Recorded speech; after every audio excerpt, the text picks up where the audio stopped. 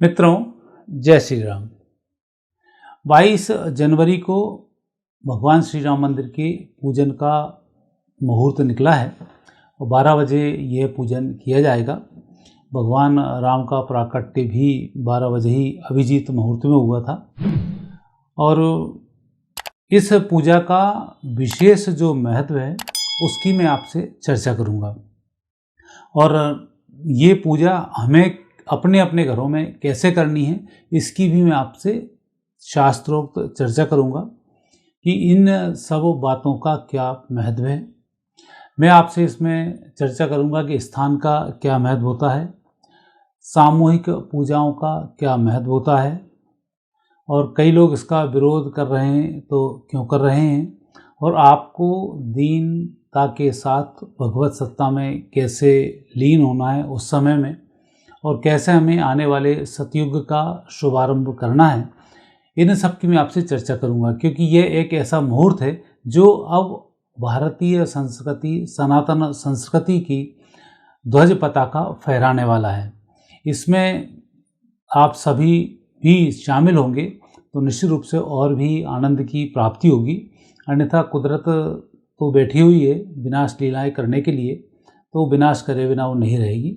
जिन्हें बचना हो, जो भगवत सत्ता के साथ हों, वो मेरी बात को मान सकते हैं और मैं आपके सामने वही प्रमाण प्रस्तुत करूंगा जिसमें आपको मेरी बात बुरी नहीं लगेगी और आप उसको स्वीकार करेंगे। अब हम चलते हैं मूल बातों की तरफ। तो सबसे पहले हम देखते हैं कि स्थान का एक विशेष महत्व होता है। हमारे यहाँ पर 12 ज्योतिर्लिंग हैं, 52 शक्तिपीठ हैं और भगवान के विशेष रूप से 4 स्थान हैं। 4 स्थान में हमारे यहाँ 4 धाम मुख्य कहे गए हैं। बद्रीनाथ धाम है, जगन्नाथ धाम है, द्वारिका धाम है, रामेश्वरम है। तो यदि हम वैसे 4 धामों की बात करते हैं तो इन 4 धामों में उत्तर दिशा में बद्रीनाथ विराजमान है, दक्षिण में रामेश्वरम विराजमान है, पूर्व में जगन्नाथपुरी विराजमान है और पश्चिम में द्वारिकाधीश विराजमान है। ये हमारे 4 मुख्य धाम हैं। और बाकी के केदारनाथ, बद्रीनाथ, गंगोत्री, यमुनोत्री, ये 4 धाम उत्तराखंड के, तो ऐसे अलग अलग धाम वो हैं। लेकिन बात यह है कि यहाँ जो भी मंदिर बने हैं उन मंदिरों की स्थापत्य कला का, उन मंदिरों के स्थान का बड़ा महत्व है। और यही कारण रहा कि इन अक्रूर आक्रांताओं ने भारत के लोगों से जानकारी लेकर उन सब मंदिरों को सर्व विकसित करने का काम किया जो हमारे पौराणिक रहस्य की बातें हुआ करती थी।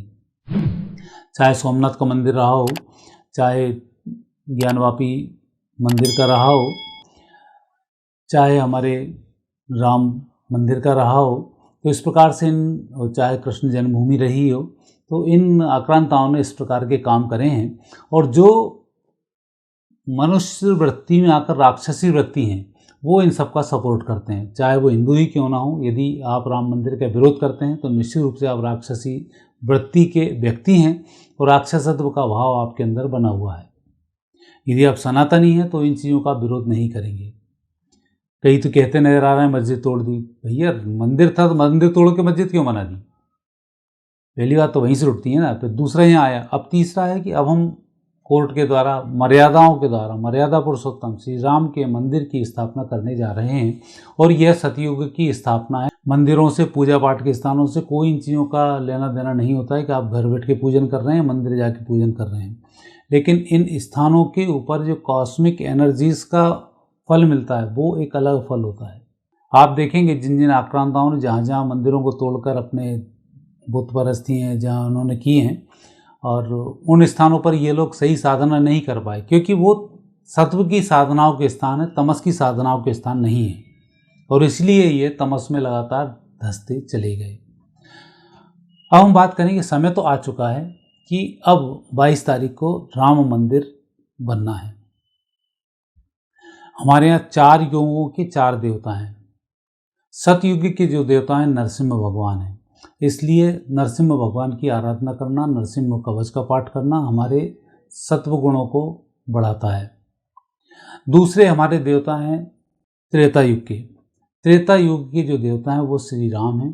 त्रेता युग में मर्यादाओं की स्थापना होती है और ये हमारा भगवान राम का जो अवतार है वो त्रेता युग का अवतार है। फिर है द्वापर युग। द्वापर युग के जो अवतार हैं वो कृष्ण अवतार हैं। द्वापर युग में आनंद की प्राप्ति होती है और नृत्य, गान, अंदर की छुपी हुई जितनी भी विधाएं होती, 64 कलाएं होती, सब निकल कर बाहर आती हैं और सबका बखूबी विकास होता है। और अब आता है कलयुग। कलयुग के जो देव हैं वो कलयुग के विशेष रूप से देव माने गए हैं कि नाम का जाप करना, ध्यान करना, योग करना, ये सब कलयुग की विशेषताएं। इनको आप करेंगे तो कलयुग का असर आपके ऊपर नहीं होगा। उल्टा नाम जपा जप जाना, वाल्मीकि भय ब्रह्म समाना, कलयुग केवल नाम अतारा, सुमिर सुमिर नर नहीं पारा, तो ये कहा जाता है। और कलयुग के समाप्त में कल की अवतार होते हैं जो कलयुग का और सतयुग का मिश्रण होते हैं और वो अपनी लीलाओं के माध्यम से सतयुग की स्थापनाएं करते हैं। और कलयुग में जो भगवान जन्म लेते हैं वो चित्तवृत्ति से जन्म लेते हैं, इसलिए उनका निष्कलंक अवतार होता है। इसलिए कृष्ण ने गीता में कहा है कि राजाओं के अंदर मेरा स्वरूप होता है। राजा यदि कर्म गलत करना शुरू करता है, भगवान अपना स्वरूप खींच लेते हैं और व्यक्ति नष्ट हो जाता है। यही उदाहरण आपको गीता में भी मिलेगा। वही अर्जुन वही बाण, आपने सुना होगा कि जब भगवान ने अपनी शक्तियों को खींच लिया तो अर्जुन किसी काम के नहीं रहे और उन्हीं भीलनियों ने उन गोपियों को उनसे लूट लिया था। तो ये स्थिति कलयुग में रही। जब तक आप राजा रहे, शपथ लेने के बाद राजा के ऊपर तंत्र नहीं चलता है, आप करके देख लेना। और शपथ से जैसे ही हटते हैं वैसे ही उनकी दुर्गति शुरू हो जाती है और उनको राजसी दरबारों के बड़ी के आने शुरू हो जाते हैं। तो ये जो बताए हैं मैंने, ये यही होता है। जो कि गूढ़ रहस्य मैंने इसलिए ओपन नहीं किए कि उस चक्कर में वीडियो लंबा बन जाएगा। हम इन आतताइयों पर विजय श्री प्राप्त कर पाए क्योंकि जब हमारे पास गीता आई भगवान की, तब तक इतना गंभीर युद्ध देख चुके थे कि 2-2.5 साल तक तो उस गंभीर युद्ध के परिणाम ही भुगतते रहे और हम निवृत्ति मार्ग की ओर गीता में प्रवेश कर गए। लेकिन जब प्रवृत्ति मार्ग की ओर हम गीता में पहुंचे हैं, तब फिर इस देश का उद्धार होना शुरू हुआ है। प्रवृत्ति मार्ग का उपदेश विवेकानंद ने भी दिया है। उठो जाओ, जब तक संघर्ष करो तब तक सफलता हासिल नहीं हो जाती। ये प्रवृत्ति मार्ग का लक्षण है। महर्षि अरविंद की आप गीता पढ़ें, आपको प्रवृत्ति मार्ग पूरा दिखाई देगा। बाल गंगाधर की तिलक की यदि गीता पढ़ेंगे तो आपको आनंद ही आ जाएगा कि वो गीता ही एकमात्र ऐसी गीता थी जिसने इस देश में अंग्रेजों के खिलाफ इतना जबरदस्त बुगल फूका और हमें विजय जी की प्राप्ति हुई। अभी तक के शासनकालों में हमने इन आतताइयों पर कैसे विजय पाई, ये आपको किसी ने नहीं बताया है। तो इन सब चीज़ों का, क्रांतिकारियों की आप बुकों का अध्ययन करें तो आपको मालूम पड़ जाएगा कि हमको विजय श्री की प्राप्ति कैसे हुई और गीता की यहाँ पर क्या भूमिका रही। तो हम उसको करते हुए आज हम सतयुग की ओर प्रवेश कर चुके हैं। अब राम मंदिर की बारी है। हमें पूजन पाठ कैसे करना है, अब हम आपसे इसकी बात करेंगे। पूजा के महत्व में एक महत्व तो यह है कि जब हम 22 तारीख को भगवान श्री राम का अभिषेक कर रहे होंगे, उनकी वहाँ पर प्राण प्रतिष्ठा हो रही होगी, तो वो मुहूर्त 12 बजे के लगभग का ही बनता है और अभिजीत मुहूर्त होता है 11:40 से लेकर 12:20 तक का। तो ये जो मुहूर्त होता है, इस मुहूर्त की अपनी विशेषता है। इसमें आपका अंतःकरण शुद्ध रहता है, दोनों नाड़ियाँ आपकी चालू रहती हैं और इस समय में हम जो भी संकल्प लेते हैं उस संकल्प की सिद्धि की हमें प्राप्ति होती है। हमारे यहाँ मिश्रित घड़ियों का विशेष महत्व रहा है। सुबह 6 बजे सूर्योदय के समय में, दोपहर सूर्य के मिलन में, सायंकाल और रात्रि के मिलन में और रात्रि 12 बजे सूर्योदय और रात्रि के मिलन में। तो ये एक वो समय है जब हम सामूहिक रूप से यदि कोई प्रार्थना करते हैं तो प्रार्थना हमारी कई गुना फल प्रदान करती है और हमारे अंदर के मोह अहंकार को नष्ट कर, तमस को नष्ट कर सद्गुण को बढ़ाती है। और सद्गुण को बढ़ने का मतलब ये नहीं कि हम बाबा जी हो जाते हैं। सद्गुण को बढ़ने का मतलब ये है कि हम जो भी काम करते हैं होश हवास में करते हैं। लोग सद्गुण को बाबा जी समझ लेते हैं, वो एक गलती करते हैं। और जो व्यक्ति होश हवास में काम करता है वो नर अर्जुन का स्वरूप होता है। वो हत्या भी कर देता है तो उस पर कोई दोष नहीं लगता है क्योंकि वो सब कुछ सोचकर सारे काम करता है। इसलिए अर्जुन पर किसी हत्या का कोई दोष नहीं लगा कि वो होश में उसने सारा काम किया है, भगवान को समर्पित करते हुए उसने सारा काम किया है। तो जब सत्व जागृत होता है तो हम भगवत सत्ता को स्वीकार करते हैं और हमारे हाथ से कोई कार्य ऐसा नहीं होता है जिससे कोई पाप बने। इसलिए सतयुग में कोई भी पाप नहीं होता है और इसलिए सतयुग में कोई भी श्राप भी नहीं चलता है, क्योंकि पाप ही नहीं होंगे तो आप श्राप किसको देंगे और किस बात से देंगे। ये सारे काम होते हैं कलयुग के और त्रेता युग द्वापर युग के, उसमें श्राप चल जाते हैं। जब हम सामूहिक रूप से पूजन करते हैं और ये मुहूर्त जब हमारा 22 तारीख का निकला है, तो इस समय में हमारे अंदर सत्व गुण की प्राप्ति होने वाली है। कई लोग भगवान राम के मंदिर को नहीं बनने पर बड़े भयभीत हुआ करते थे, कब बनेगा, कैसे बनेगा। अयोध्या के लोगों से तो मैं पहले भी मिलता था, वो इतने भयग्रस्त होते थे कि अब वापस बीजेपी कुछ बीएचपी कुछ आयोजन करेगी और फिर हमारे यहाँ पर उपद्रव खड़ा होगा, फिर हम अशांत होंगे, फिर ये लोग हमें परेशान करना शुरू करेंगे, फिर विवाद खड़ा होगा। वहाँ के भय को आपने नहीं देखा है कभी। आज से 25 से 30 साल पहले चले जाते तो वहाँ का आदमी इतना भयग्रस्त रहता था, और जब भगवान आ जाते हैं तब सब कुछ नया हो जाता है, प्रकृति नई हो जाती है, शांति हो जाती है, खुशी हो जाती है, धन आना शुरू हो जाता है, लक्ष्मी की प्राप्ति होने लग जाती है। तो ये सब लक्षण अब आपको पूरे देश में दिखाई दे रहे हैं। आर्थिक संपन्नता में हम 5वें स्थान पर हैं और अब हम तीसरी अर्थव्यवस्था की ओर अग्रसर हो रहे हैं। बहुत जल्दी हम तीसरी अर्थव्यवस्था को प्राप्त कर लेंगे।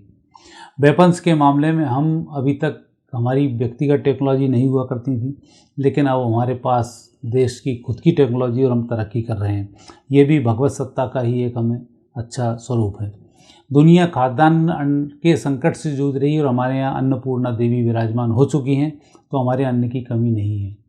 दुनिया में कोरोना में लाखों करोड़ों लोग मारे गए, लेकिन स्वास्थ्य के देवता भगवान धन्वंतरी हमारे यहाँ मौजूद रहे और हम उतनी क्षति नहीं पहुँच पाई जितनी कि 140 करोड़ लोगों में 10-20 करोड़ मरने पर होनी ही चाहिए थी। क्योंकि हम प्लेग भी देख चुके हैं 120 साल पहले, टीबी के वो रोग भी देख चुके हैं जिसमें ही करोड़ों लोग उस समय मर गए थे, जबकि इतनी पॉपुलेशन नहीं थी। तो ये भगवत सत्ता ने सत्ता संभाल ली है, ये उसके उदाहरण हैं और ऐसे हजारों उदाहरण हैं जिसको कि आप देखेंगे। पहले राजा के चरित्र पर लांछन लगा करता था, चरित्रवान नहीं हुआ करते थे, खुद के पैसे 2-2 लाख करोड़ रुपए इकट्ठे कर लिए, विदेशों में पहुंचा दिए, यहाँ की मुद्राएं वहाँ पहुंचा दी। अब सच्चरित्र राजा आपके पास उपस्थित है, उसके सच्चरित्र पर कोई संदेह नहीं किया जा सकता और हम उसकी तरक्की देख रहे हैं। चरित्रवान हैं, देश के लिए समर्पित है, तो देश आगे बढ़ रहा है। और उसके बाद भी लाइन लगी हुई है सच्चरित्र राजनेताओं की, उनके बाद कौन, उनके बाद कौन, उनके बाद कौन। तो ये जो सब चीज़ें हैं ये भगवान की कृपा से ही हमें प्राप्त हो रही हैं। इसीलिए 22 तारीख को जब हम भगवान राम का अयोध्या में पूजन कर रहे होंगे, सब जगह प्रसारण तो हो रहा होगा, लेकिन हम अपने भगवान के सामने भी बैठें और भगवान की हम आराधना उसी तरह से करें जैसे कि भगवान रामनवमी के दिन भगवान का प्राकट्य उत्सव हुआ था। उसी तरह से हम अपने भगवान का श्रृंगार करें, पंजीरी का वहाँ पर प्रसाद चढ़ाएं और सायंकाल हम दीपावली जरूर मनाएं। पहले देव दीपावली के दिन दीपावली मनाई जाती रही है सदियों से, लेकिन जब भगवान राम का वनवास हुआ उसके बाद से अयोध्या में दीपावली नहीं मनाई गई। और जब अमावस्या के दिन जब भगवान का प्रवेश हुआ है अयोध्या में, तब दीपावली मनाई गई है। तो इसलिए दीपावली भी पहले देव दीपावली थी, जो बाद में शिफ्ट होकर दूसरी दीपावली बनी है। और अब तीसरा, अब भगवान की जो प्रतिष्ठा यहाँ पर हो रही है, प्राण प्रतिष्ठा, इसके बाद फिर अब आपको इस दिन को बड़े हर्षोल्लास से मनाना चाहिए। क्योंकि मैं आज ये बोल रहा हूँ कम से कम 50 साल पहले, आने वाले 50 साल में आपको स्थिति के बारे में लोग ज्योतिषी गणना करके बताएंगे कि वो लोग कैसे हुआ करते थे जिन्होंने स्थिति का कोई मुहूर्त निकाला और उस स्थिति के बाद से सतयुग के शुभारंभ की स्थिति बनी है।